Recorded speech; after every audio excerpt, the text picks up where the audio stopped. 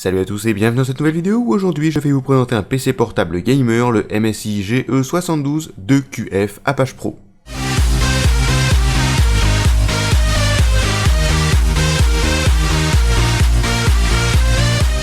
Nous avons ici une belle boîte que nous allons venir ouvrir pour découvrir le PC à l'intérieur, que nous allons tout de suite mettre de côté pour pouvoir y porter plus attention plus tard dans la vidéo.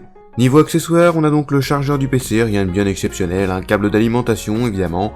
On retrouve également de la documentation, des livrets de garantie et manuels d'utilisation, ainsi qu'un petit autocollant nous détaillant les caractéristiques du PC, notamment sa protection anti-lumière bleue, la lumière bleue qui est, je le rappelle, dangereuse pour vos yeux la nuit. Ceci fait, nous allons tout de suite nous attaquer maintenant au PC, emballé dans sa petite pochette de protection antistatique. Je vais tout de suite vous dévoiler ce MSI GE72 2QF Apache Pro. Vous avez donc un PC portable avec un écran de 17,3 pouces, un processeur Intel Core i7 5700HQ, 8Go de RAM, 2 disques durs, un SSD de 128Go et un disque dur mécanique d'1 Tera. On aura donc 2 ventilateurs et un port vidéo 4K ainsi qu'une Nvidia GeForce GTX 970M avec 3Go de GDDR5.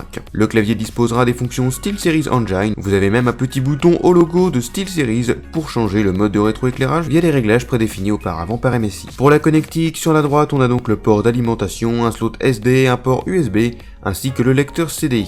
Sur la gauche, on aura un port Ethernet, un USB 3, un HDMI, un Thunderbolt, 2 autres ports USB 3 ainsi qu'une entrée et une sortie jack. Le trackpad est très agréable au toucher, il ne sera pas lisse mais en métal brossé, ce qui est plus confortable. Le bouton d'alimentation est à côté du bouton SteelSeries dont je vous parlais tout à l'heure. Et voici le clavier rétroéclairé, c'est franchement beau et en pleine nuit je peux vous assurer que vous serez super satisfait du résultat. Il y a donc, comme je vous le disais, plusieurs modes, vous pouvez régler ce clavier via le petit bouton SteelSeries ou encore via le logiciel SteelSeries Engine 3 intégré au PC. Au dos, le logo MSI est également rétroéclairé et un petit côté sympa qui ne vous laissera pas inaperçu dans le noir.